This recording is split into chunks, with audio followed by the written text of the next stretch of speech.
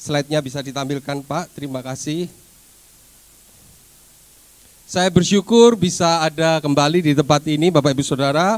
Saya berterima kasih kepada Gembala Sidang dan tim yang kembali memberikan kesempatan saya untuk boleh membagikan renungan. Dan kita akan belajar firman Tuhan bersama-sama, karena sebentar lagi kita akan merayakan Natal, kita akan merenungkan tentang Natal. Namun sebelumnya, tak lupa saya ucapkan selamat Hari Ibu untuk para ibu. Diberkatilah para ibu. Tepuk tangan, ayo. Nah, Bapak Ibu Saudara, saya mau memulai perenungan kita dengan sebuah pertanyaan. Berikutnya, Pak. Menurut saudara, apa makna Natal yang sesungguhnya? Pernahkah kita merenungkan apa sih makna Natal yang sesungguhnya bagi kita? Mungkin sebagian kita berkata, oh Pak, Natal itu tentang sukacita. Natal itu tentang pengharapan, Pak. Natal itu tentang kelahiran Kristus untuk menebus dosa manusia. Oke, semuanya itu tidak salah Bapak Ibu Saudara. Tapi pernahkah kita merenungkan bahwa semuanya itu adalah dari Tuhan untuk kita? Dan pertanyaan selanjutnya adalah, sedangkan dari kita untuk Tuhan itu apa? Apakah cukup hanya menjadi orang percaya kemudian dibaptis? Apakah hanya itu makna Natal bagi kita? Nah, saya sungguh rindu kita akan mencoba mencari kembali makna Natal yang sejati sehingga kita bisa menyambut dan merayakan Natal tahun ini dengan sudut pandang yang berbeda. Kita akan mendasarkan perenungan kita di 1 Timotius 1 ayat 12 sampai 16 berikutnya. Kita akan baca bergantian ya Bapak Ibu Saudara. Saya akan baca duluan kemudian Bapak Ibu Saudara. 1 Timotius 1 ayat 12. Aku bersyukur kepada Dia yang menguatkan aku, yaitu Kristus Yesus Tuhan kita, karena Ia menganggap aku setia dan mempercayakan pelayanan ini kepadaku. 13. Aku yang tadinya seorang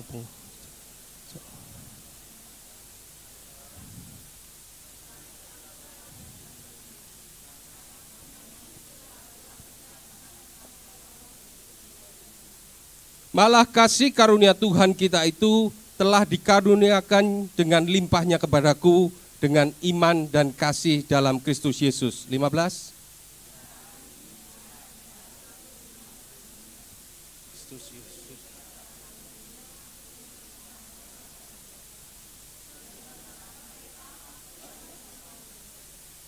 Tetapi justru karena itu aku dikasihani, agar dalam diriku ini sebagai orang yang paling berdosa, Yesus Kristus menunjukkan seluruh kesabarannya. Dengan demikian aku menjadi contoh bagi mereka yang kemudian percaya kepadanya dan mendapat hidup yang kekal. Bapak Ibu Saudara, kita ini semua tahu ketika kita ini percaya dan dibaptis, kita akan memperoleh pengampunan dan keselamatan. Namun pertanyaannya, apakah Tuhan menginginkan kita hanya cukup untuk menjadi orang yang percaya saja, tanpa ada tindakan selanjutnya? Bapak Ibu, menjadi orang yang percaya itu bukanlah pasal terakhir dari perjalanan hidup kekristenan kita. Menjadi orang yang percaya dan dibaptis adalah baru pasal pertama. Karena ada pasal-pasal berikut yang harus kita kerjakan, harus kita lakukan di dalam hidup kita. Mosok sih setelah orang itu diampuni lalu diam saja? Masa sih setelah orang berdosa itu ditebus, dibaptis, lalu Yesus biarkan begitu saja? Ya enggak lah. Orang itu diselamatkan untuk mengerjakan keselamatannya. Orang itu diampuni untuk menghidupi pertobatannya. Keselamatan itu anugerah, ya. Pengampunan itu kasih karunia, betul. Dan semuanya itu gratis, diberikan secara cuma-cuma. Tapi itu baru pasal pertama dari perjalanan kehidupan kekristenan kita. Mengerjakan keselamatan dan menghidupi pertobatan.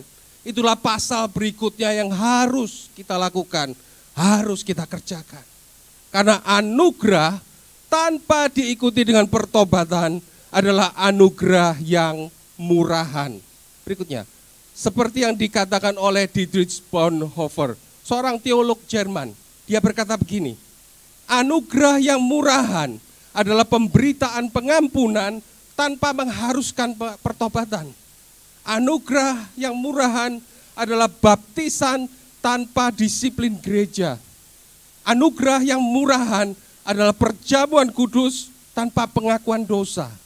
Anugerah yang murahan adalah pengampunan dosa tanpa pengakuan pribadi. Anugerah yang murahan adalah anugerah tanpa pemuritan, tanpa salib, tanpa Yesus yang hidup dan berinkarnasi. Apakah itu yang Yesus kehendaki di dalam hidup kita, Bapak Ibu Saudara? Ya enggak lah. Bukan itu yang Yesus kehendaki. Bukan hanya yang penting percaya kepada Yesus, yang penting ditebus, yang penting diselamatkan, tapi enggak mau bertobat, enggak mau didisiplin, enggak mau dimuridkan. Apakah demikian? Ya enggak lah. Karena kasih Allah itu bukanlah anugerah yang murahan. Sehingga seharusnya lah anugerah Allah yang terbesar itu berdampak di dalam hidup kita. Dan dari teks yang kita baca tadi, kita belajar 3 hal dampak dari anugerah yang terbesar. Berikutnya, yaitu perubahan, kasih, dan teladan. Yang pertama, perubahan. Berikutnya Pak. Mari kita lihat di ayat yang ke-12. Aku bersyukur kepada Dia yang menguatkan aku, yaitu Kristus Yesus, Tuhan kita, karena Ia menganggap aku setia dan mempercayakan pelayanan ini kepadaku. Lalu Paulus bercerita, aku yang tadinya seorang penghujat, seorang penganiaya, seorang yang ganas, tetapi aku telah dikasihaninya, karena semuanya itu telah kulakukan tanpa pengetahuan, yaitu di luar iman. Malah kasih karunia Tuhan itu telah dikaruniakannya dengan limpah kepadaku dengan iman dan kasih dalam Kristus Yesus. Bapak Ibu Saudara, ciri orang yang diampuni adalah bertobat. Dan ciri orang yang bertobat adalah berubah. Ketika Paulus berbicara tentang anugerah yang diterimanya, ia tidak pernah lupa siapa dia dulunya. Dia tidak pernah lupa apa masa lalunya. Berikutnya Pak. Paulus ingat dan terus ia ingat bahwa dulunya dia seorang penghujat, seorang penganiaya, seorang yang ganas. Dan oleh karena anugerah yang dia terima itu, Paulus mengalami perubahan dalam hidupnya. Dan perubahannya tidak setengah-setengah. Saudara, kabar baik selalu mengingatkan kita tentang kabar buruk. Berikutnya Pak. Natal selalu mengingatkan kita tentang keberdosaan kita. Natal itu selalu berbicara tentang ironi yang terbesar dalam sejarah hidup manusia. Ketika manusia ingin menjadi seperti Allah, Allah harus menjadi manusia. Dan oleh karena Natal lah, kita yang berdosa ini mendapat anugerah dan pada akhirnya diubahkan oleh Tuhan. Dan Paulus mengalami perubahan yang terbesar. Paulus itu tidak bilang begini Bapak Ibu Saudara. Dulu aku penghujat, sekarang aku bukan penghujat. Dulu aku orang yang ganas, sekarang aku bukan orang yang ganas. Dulu aku penganiaya, sekarang aku bukan penganiaya. Paulus tidak bilang gitu. Kalau hanya sampai di situ saja, perubahannya cuma setengah-setengah Bapak Ibu Saudara. Yang Paulus katakan, dulu aku seorang penghujat, penganiaya, orang yang ganas. Sekarang aku setia melayani Tuhan. Dulu aku seteru Kristus, sekarang aku menjadi hamba Kristus yang setia. Dulu aku musuh Kristus, sekarang aku menjadi saksi Kristus dan mengajak semua orang untuk percaya. Maka itu baru perubahan yang terbesar, perubahan yang radikal, perubahan yang total. Paulus tidak puas hanya dengan mengatakan, dulu aku menganiaya, sekarang aku tidak menganiaya. Dulu aku seorang yang ganas, sekarang aku tidak ganas lagi. Paulus tidak berhenti sampai di situ Bapak Ibu Saudara. Namun banyak orang Kristen yang mau hidupnya mengalami perubahan, tapi perubahannya setengah-setengah, tidak mau tuntas. Ada orang itu ditegur, kamu ini loh jadi orang Kristen, jangan kasar-kasar kalau ngomong lah. Biasa saja, nggak usah teriak-teriak, apalagi gebrak-gebrak meja. Lalu jawabnya dengan sederhana, untung kamu ketemu aku hari ini. Kalau 5 tahun yang lalu, meja nggak tak gebrak, tak lempar ke kamu. Loh, ini namanya mau perubahan, tapi nggak mau total. Masa sih Tuhan itu puas dengan perubahan orang seperti itu? Dari seorang yang melempar meja, sekarang suka gebrak meja. Apa Tuhan puas dengan perubahan seperti itu? Ya enggak lah. Tuhan itu ingin anugerahnya itu nyata, membawa perubahan. Dan perubahannya bukan setengah-setengah. Karena anugerah yang terbesar itu terlihat dari perubahan yang terbesar juga yang Allah lakukan di dalam hidup kita. Kalau dulu kita ini sukanya mengumpat, ngomong kotor, sekarang bukan lagi berhenti mengumpat, tetapi keluar kata-kata yang membangun. Kalau dulu itu kita perhitungannya setengah mati, pelitnya setengah mati, sekarang ini bukan hanya berhenti pelitnya, tapi senang membantu orang yang membutuhkan. Anugerah Tuhan itu bukan anugerah yang murahan. Sehingga seharusnya lah diikuti dengan pertobatan. Dan pertobatan diikuti dengan perubahan. Pertanyaannya, bagaimana dengan kita? Apakah Natal telah membawa dampak perubahan dalam hidup kita? Apakah anugerah Allah itu telah membawa perubahan yang total dalam hidup kita? Ataukah kita ini memandang murah, memandang rendah anugerah Tuhan itu? Sehingga hidup kita ini sama saja seperti ketika kita ini belum mengenal Kristus. Masa sih kematian Kristus itu tidak ada dampaknya sama sekali dalam hidup kita? Masa sih dampaknya itu cuma sedikit? Bapak Ibu Saudara, di momen Natal seperti ini, itu biasanya kita ini bersuka cita. Karena memang Natal kemudian liburan, tahun baru. Merayakan Natal bersama keluarga, bersama teman, bersama handai tolan, makan, minum, tukar kado, pesta pora, selebrasi. Tapi tahukah Bapak Ibu Saudara, bahwa momen seperti ini, Yesus itu lahir hanya untuk menuju ke salib. Mati bagi kita yang sedang bersuka cita hari-hari ini. Dan bukankah suatu tuntutan yang berlebihan, bukanlah suatu tuntutan yang berlebihan. Jika pengampunan seharusnya diikuti dengan pertobatan. Dan pertobatan diikuti dengan perubahan. Bagaimana dengan kita? Kalau hari ini kita ini belum mengalami perubahan yang terbesar, kita itu harus berjuang.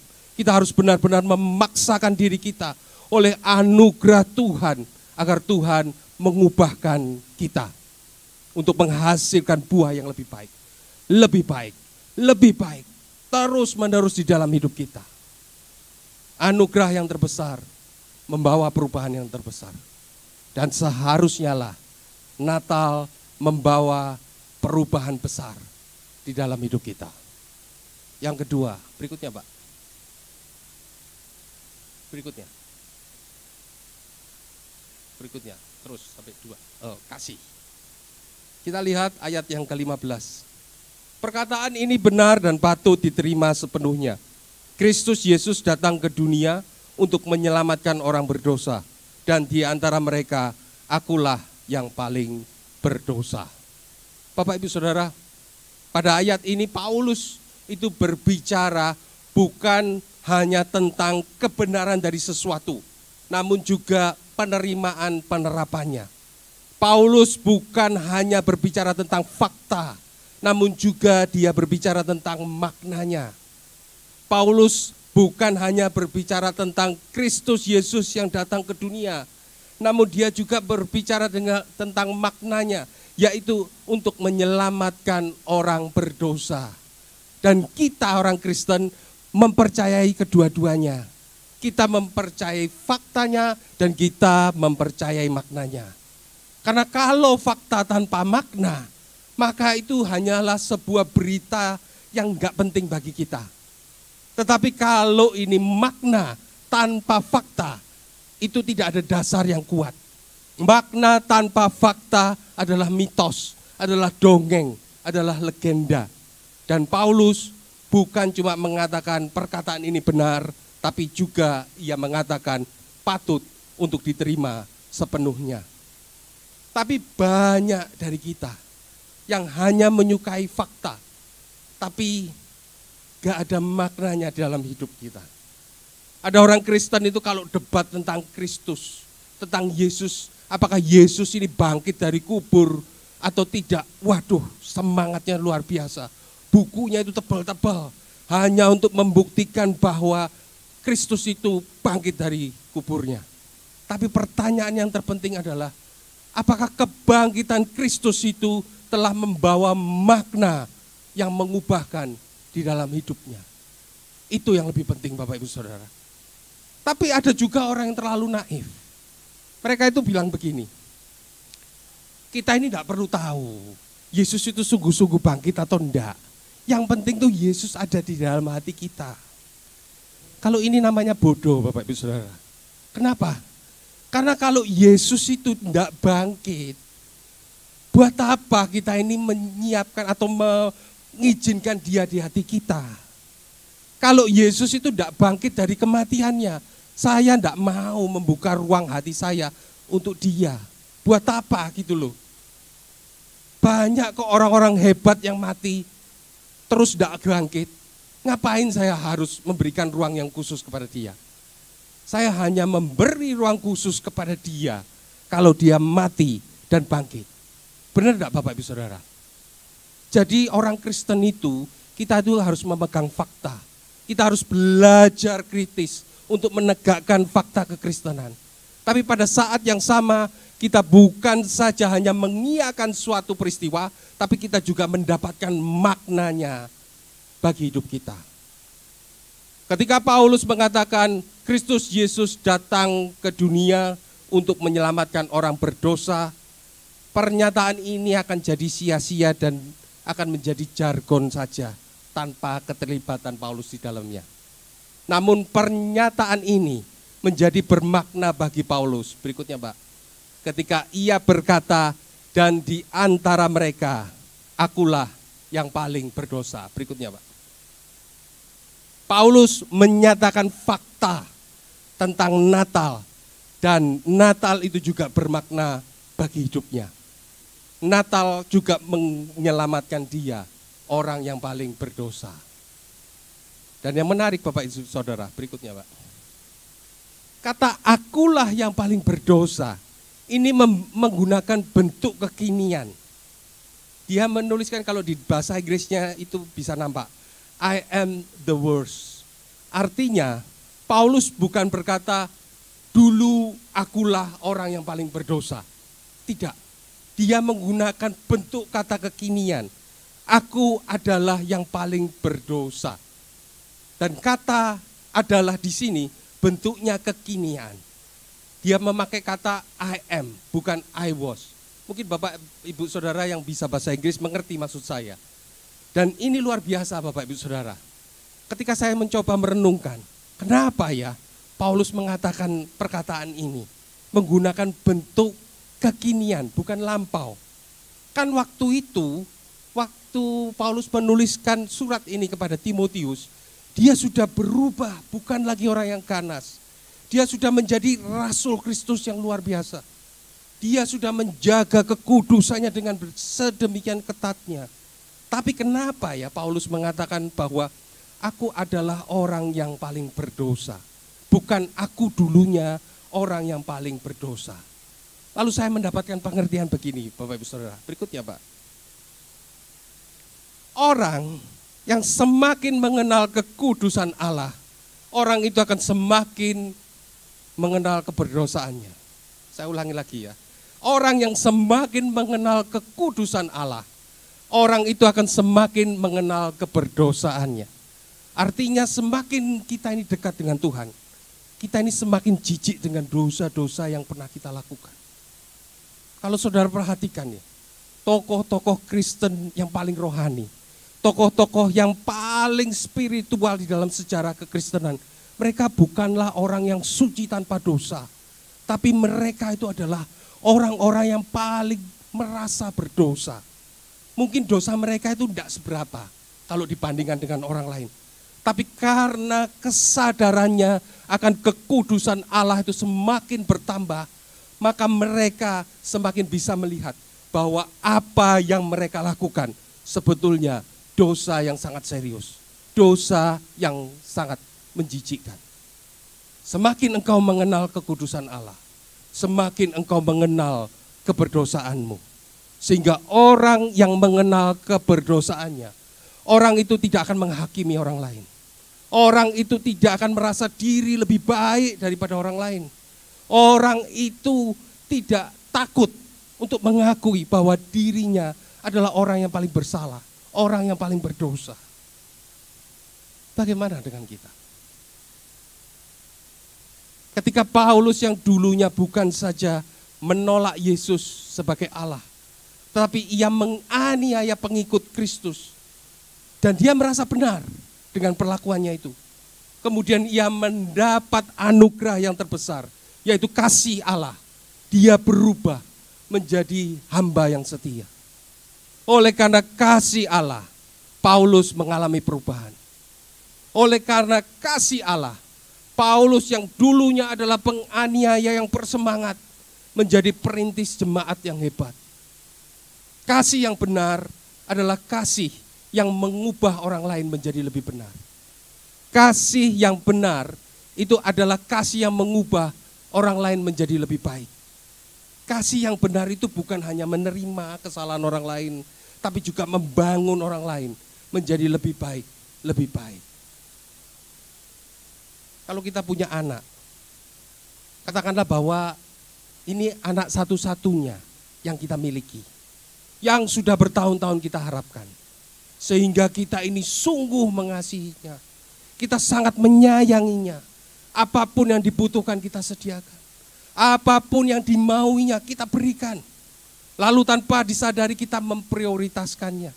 Kita memanjakannya. Sehingga anak kita itu menjadi egois. Maunya menang sendiri. Tidak pernah merasa salah. Lalu memperlakukan pembantu, teman sekolah, gurunya dengan kurang ajar.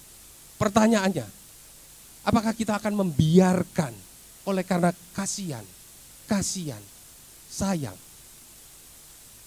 Atau kita akan mendidik, mengarahkan, mendisiplin, bahkan mungkin menghukum bila perlu.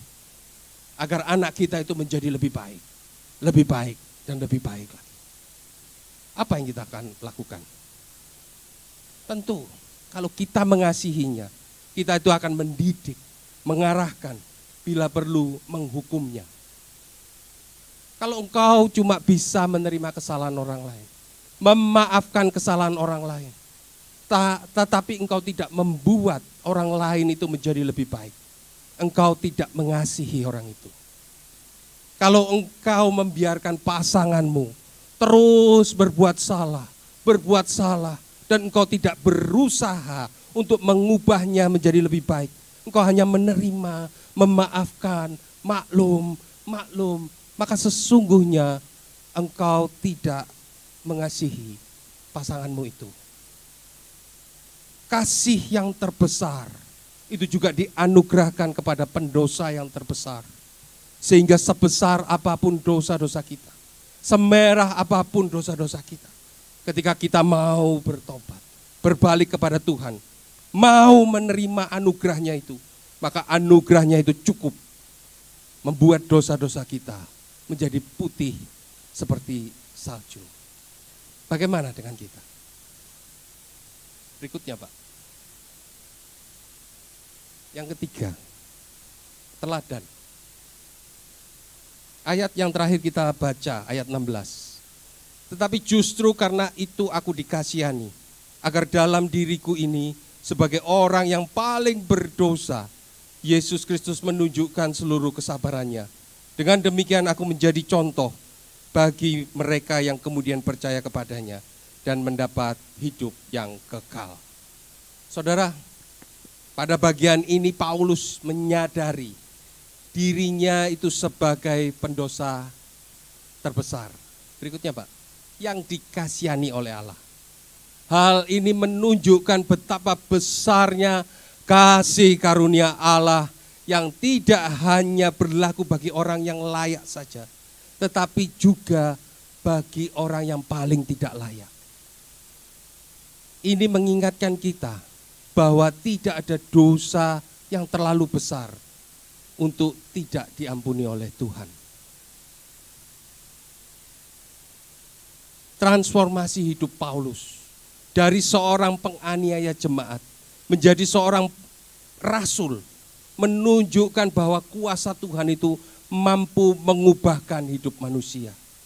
Hal ini memberikan pengharapan bahwa Tuhan dapat bekerja dalam kehidupan siapa saja, tidak peduli sebesar apapun dosa mereka di masa lalu mereka.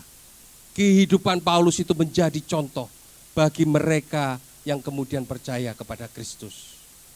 Bapak Ibu Saudara, beberapa tahun yang lalu ada seorang ibu, seorang janda. Dia dan anak-anaknya itu sangat-sangat kuat memegang keyakinan nenek moyang mereka. Seringkali ibu ini ditemani dengan anak-anaknya beribadah ke tempat ibadahnya dan berkonsultasi tentang masa depan mereka. Ketika anak-anaknya mulai mengenal Kristus satu persatu dan akhirnya mereka menerima Kristus sebagai juru selamat pribadinya, sang ibu ini tetap teguh memegang keyakinannya. Alasannya waktu itu, siapa nanti yang akan megang abu dan abu suami dan leluhurnya. Pada tahun 94, adik laki-laki ibu ini tiba-tiba didiagnosa kanker di hidungnya. Karena adiknya ini adalah pribadi yang dikasihinya, ibu ini pun mengalah. Dia bernasar, kalau Tuhan menyembuhkan adikku, aku akan menjadi pengikut Kristus. Namun Tuhan berkehendak lain. Di pertengahan tahun 1996, 2 tahun kemudian, kondisi adik laki-laki ibu itu semakin memburuk. Sang adik lalu meminta untuk dipanggilkan pendetanya, untuk mendoakannya. Mungkin karena dia merasa bahwa ini sudah mendekati ajalnya, sehingga dia membutuhkan kekuatan untuk melawan ketakutannya. Namun sayangnya Bapak Ibu Saudara, orang yang diutus untuk menjemput sang pendeta, itu diberitahukan bahwa sang pendeta ini sedang beristirahat dan tidak berani untuk mengganggunya. Sehingga sampai wafatnya, sang pendeta yang diharapkan untuk datang, untuk memberikan kekuatan, itu tidak pernah berjumpa. Akhirnya adik ibu ini meninggal. Dan itu membuat hati sang ibu itu semakin sakit, semakin marah. Membuatnya itu semakin menolak Kristus. Dan keluarganya pun semakin jarang membicarakan Kristus kepada ibu ini. Waktu berlalu, 20 tahun kemudian, tiba-tiba si ibu ini kena stroke yang menyebabkan sebagian dari tubuhnya ini lumpuh.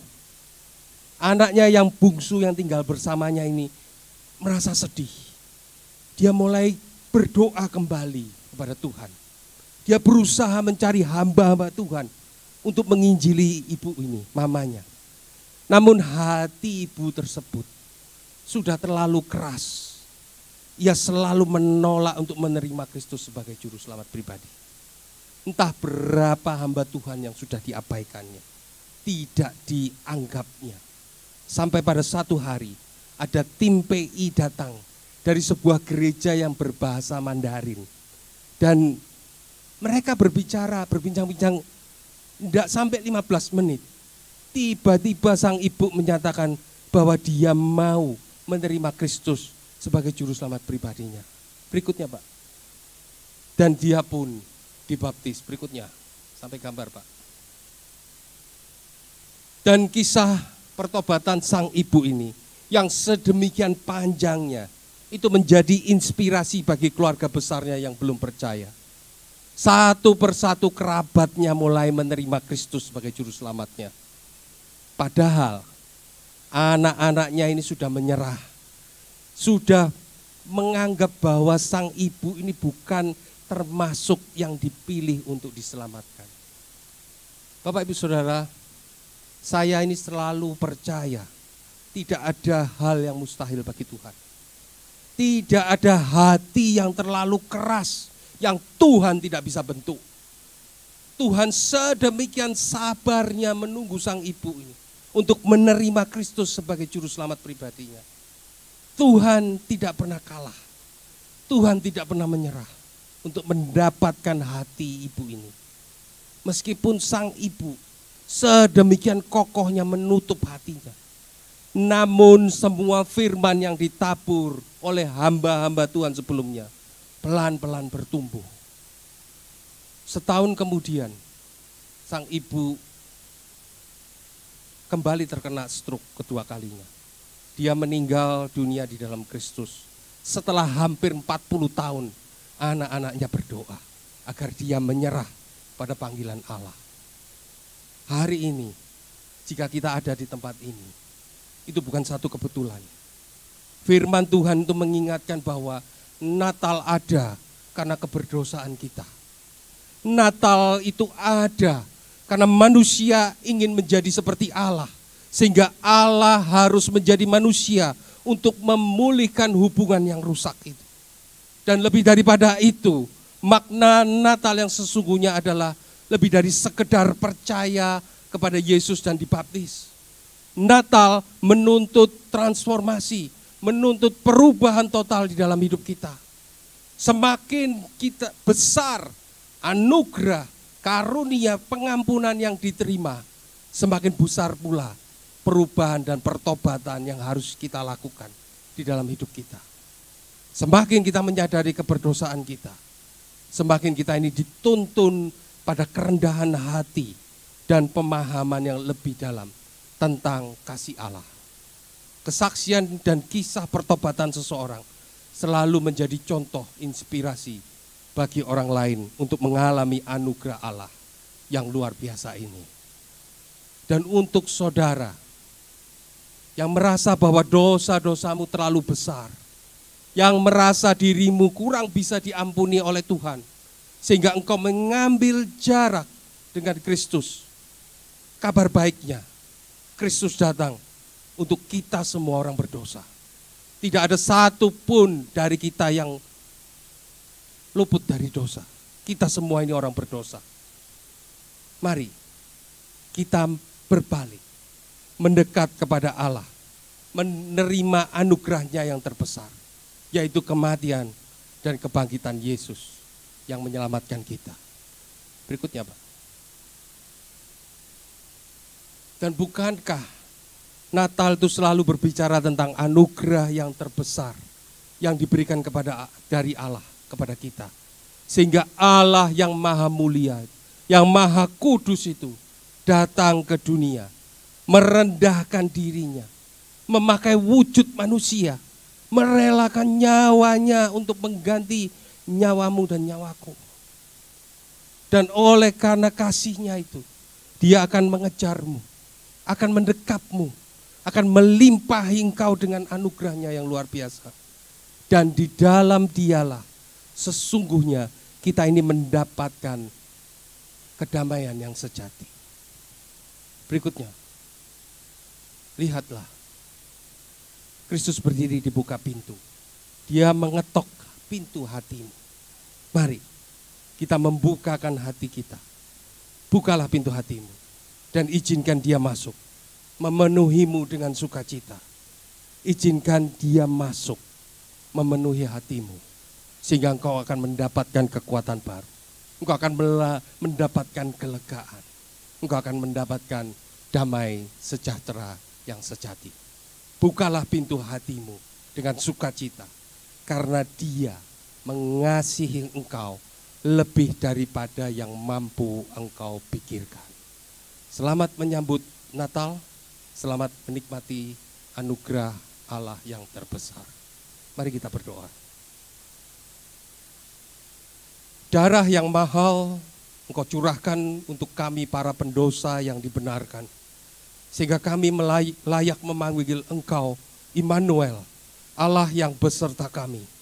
Sungguh kami bersyukur jika kami sekali lagi akan merayakan Natal. Kasih Allah yang terbesar yang dianugerahkan kepada setiap kami. Kami mau memaknai Natal yang membawa perubahan terbesar di dalam hidup kami, yang mengasihi kami, bahkan untuk kami yang paling berdosa sekalipun. Dan kasih-Mu yang besar itu yang menjadi teladan bahwa Allah sedemikian bersabar menanti kami untuk berbalik dan mendekat kepadamu. Tidak ada seorang pun yang tidak mungkin tidak diselamatkan oleh kasih Kristus. Terima kasih buat firman-Mu, kiranya boleh membuat kami mengenal Allah lebih baik lagi. Kepada Tuhanlah seluruh hormat, pujian, kemuliaan, dan pengagungan. Di dalam nama Kristus Yesus, kami berdoa dan berserah diri. Amin.